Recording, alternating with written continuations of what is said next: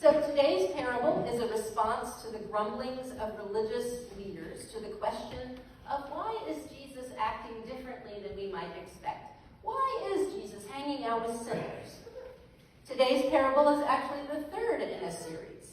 Before the parable of the lost sons, Jesus tells the very short parable of the lost coin, the longer parable of the lost sheep and the shepherd who goes out to find it, and now the parable of these two lost sons. We tend to focus on the prodigal son, but both boys are broken. We're probably familiar with this story, and our familiarity can keep us from seeing some of the finer nuances. The setup of the story: man acquires wealth, ne'er-do-well son wants his share in advance, father agrees. We might see these plot developments as serious breaches of etiquette, but we likely don't see it in the same way that Jesus' listeners would have. Jesus taught in a time when it had become increasingly difficult to hang on to ancestral lands, and at a time when loss of land meant an instant plunge into poverty and precariousness.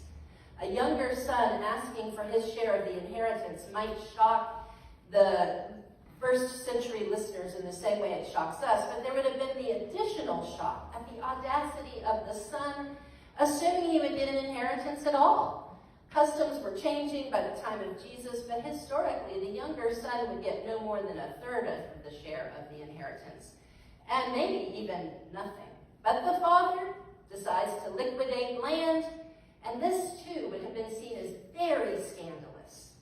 There's also the complication of selling the ancestral heritage. Many of us are not living in homes that our parents or grandparents lived in, and even if we are, we likely don't see the land and the home on it as prepared for us by God.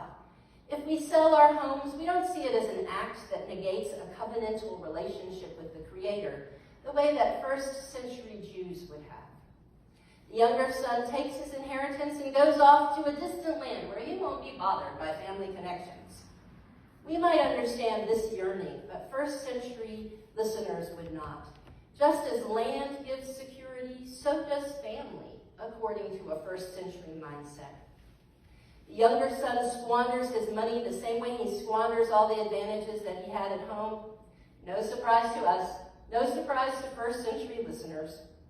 His decision to accept a job feeding pigs would be a profound shock to Jewish listeners, as would his temptation to eat the pig food himself if anyone was generous enough to share the pig food with him.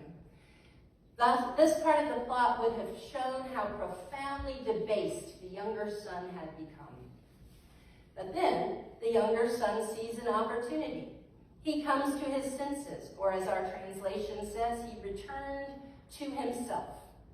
He remembers who he is, and whose he is, or was.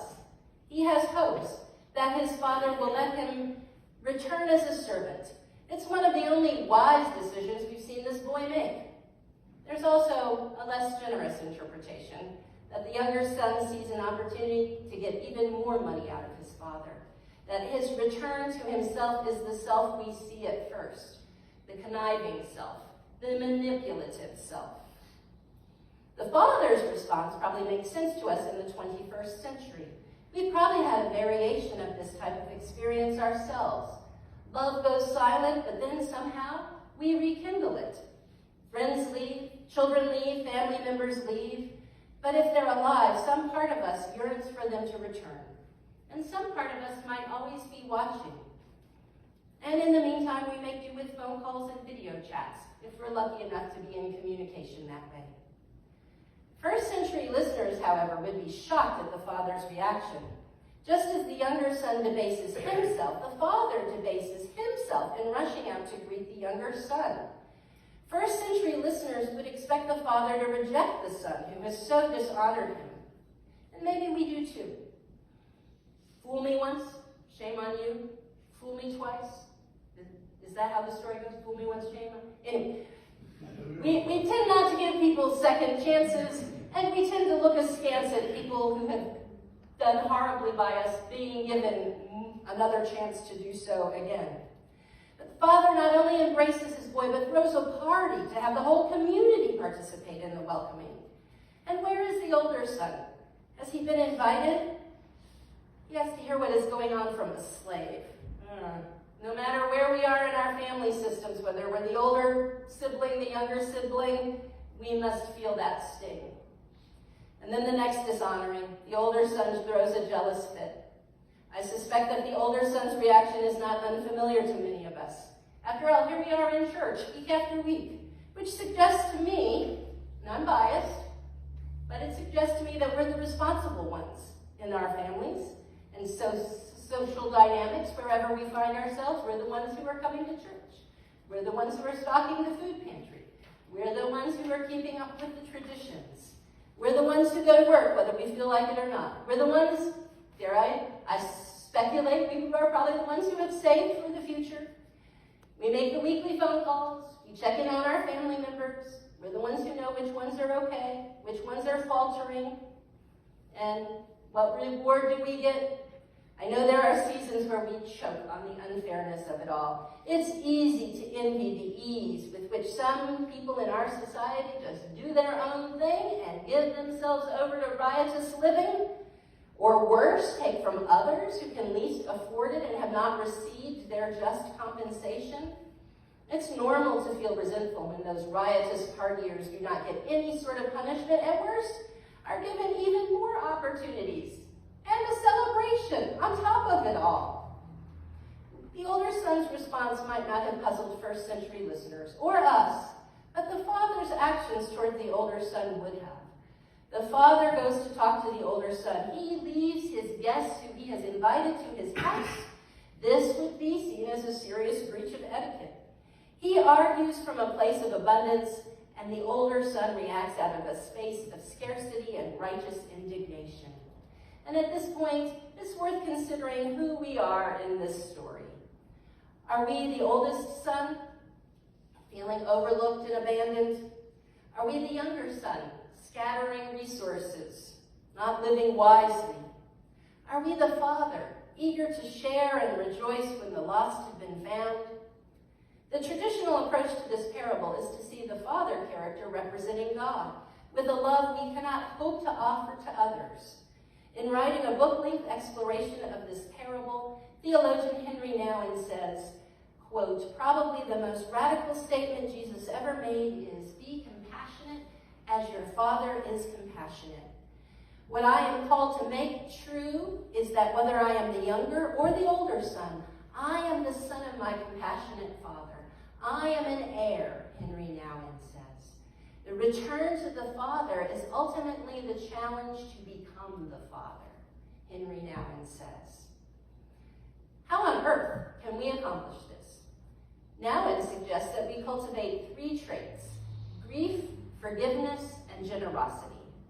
To those, I would add that we should commit ourselves to believing in resurrection.